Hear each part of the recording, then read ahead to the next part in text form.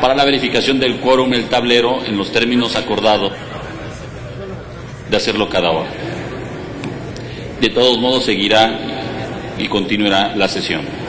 Por favor, senador, los demás senadores registren su asistencia.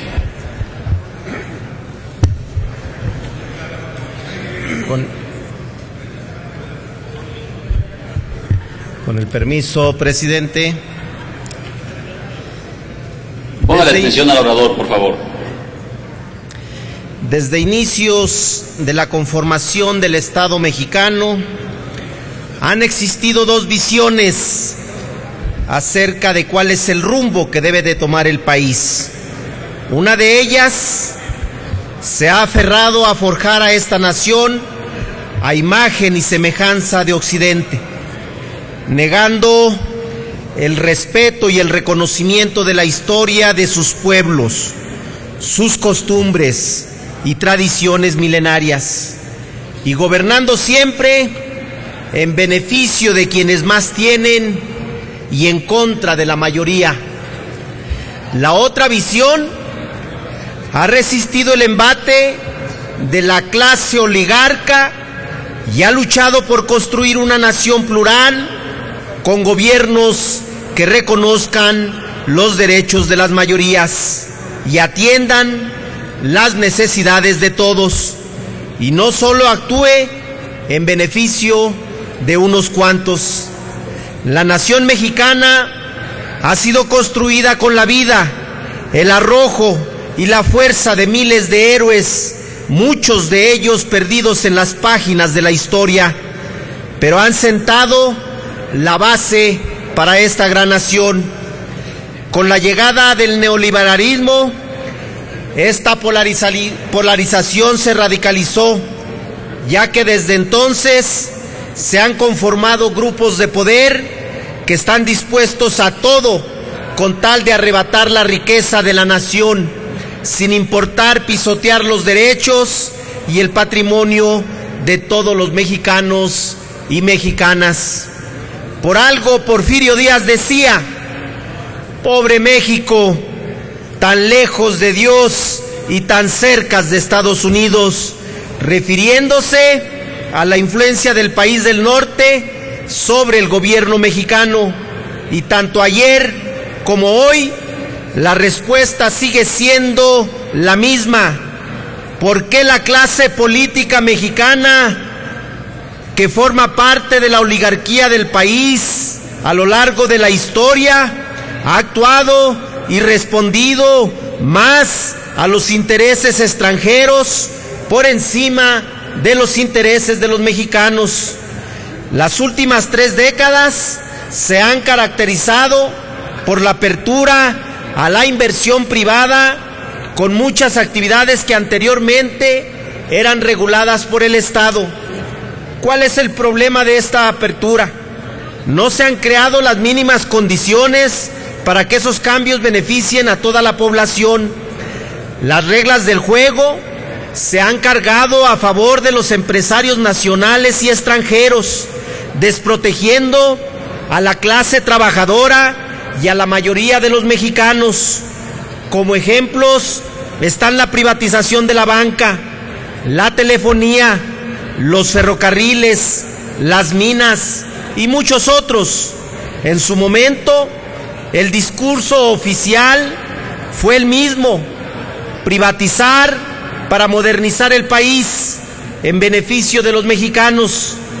No hace falta decir que aquellos discursos estuvieron llenos de mentiras y falsedades, porque hoy México ya casi no tiene ferrocarriles, cuenta con una banca ineficiente y cara, un servicio de telefonía deficiente y con altos costos, y minas que reportan ganancias solo para los dueños de las empresas.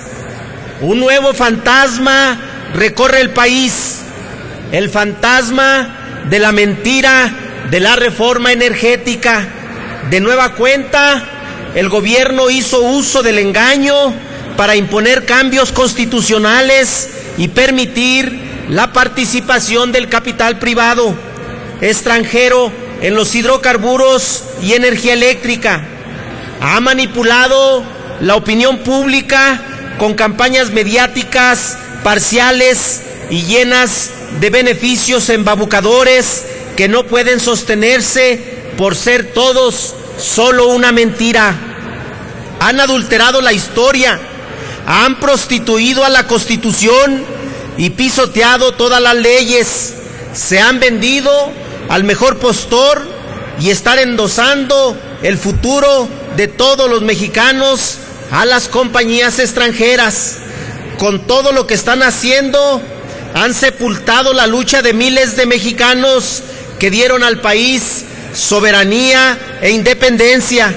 Están negando la oportunidad a millones de mexicanos de vivir con dignidad, violentando sus derechos y saqueando al país, empeñando los recursos naturales de la nación. Lo que más irrita es la pantomima con la que se conducen, ya que solo presumen falsamente que dialogan. Esa es la principal característica del engaño, porque en sus campañas no dijeron a los electores con claridad que impulsarían estos cambios en la Constitución y en sus leyes secundarias, porque han confundido a la ciudadanía con los términos privatizar y modernizar, si en el fondo no son sino sinónimos.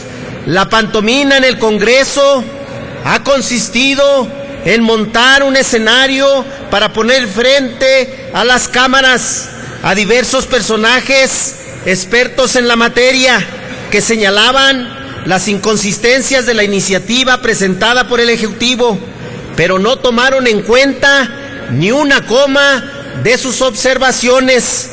Durante la década de 1990, el gobierno transfirió activos por $31,450 millones a particulares.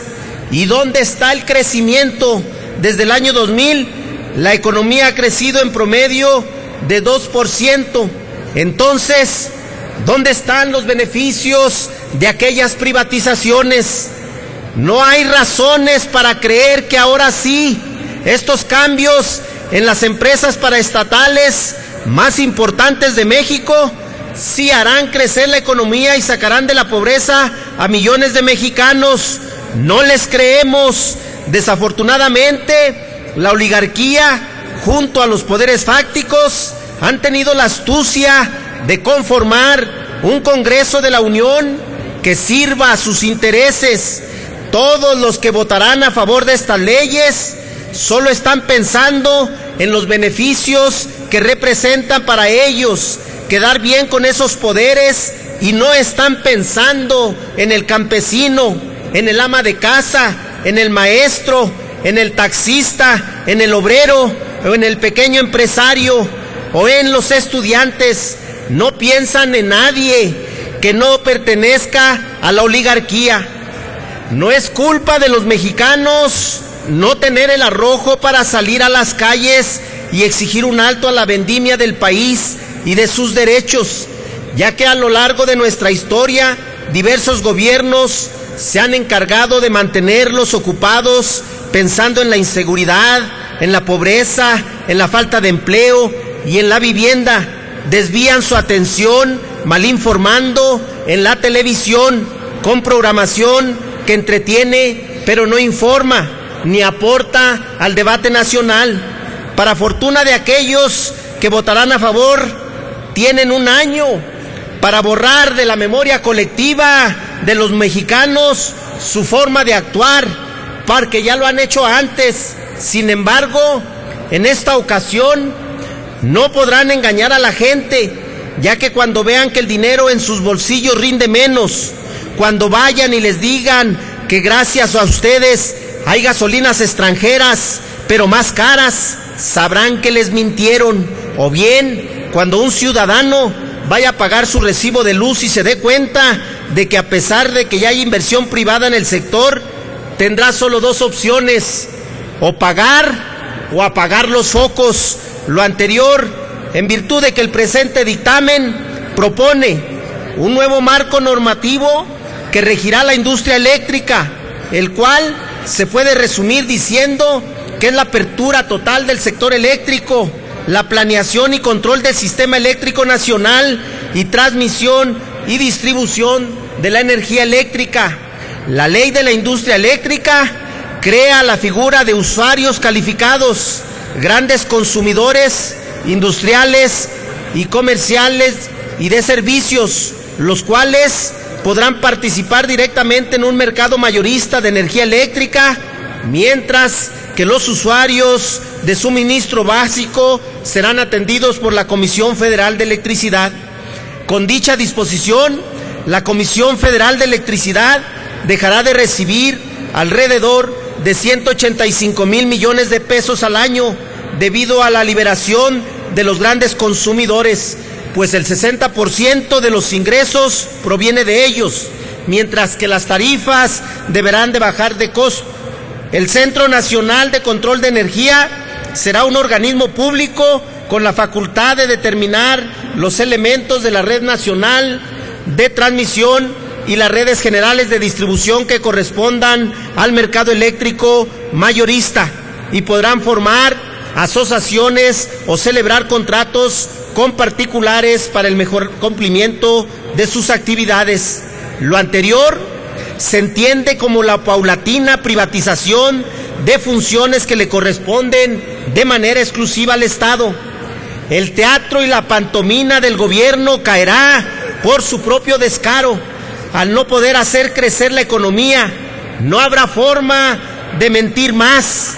La historia de México se debe escribir de manera diferente y lograr consolidar un proyecto nacional, creando un modelo de país auténtico, propio de su historia, pueblos, costumbres y tradiciones e identidad. El pueblo de México debe de saber que más traidores a la patria que Iturbide, que Santana, que Maximiliano, que Porfirio Díaz, que Victoriano Huerto o Salinas de Gortari, el gobierno que ha impulsado esta reforma eléctrica es un traidor a la patria. ¿Es cuánto, señor presidente?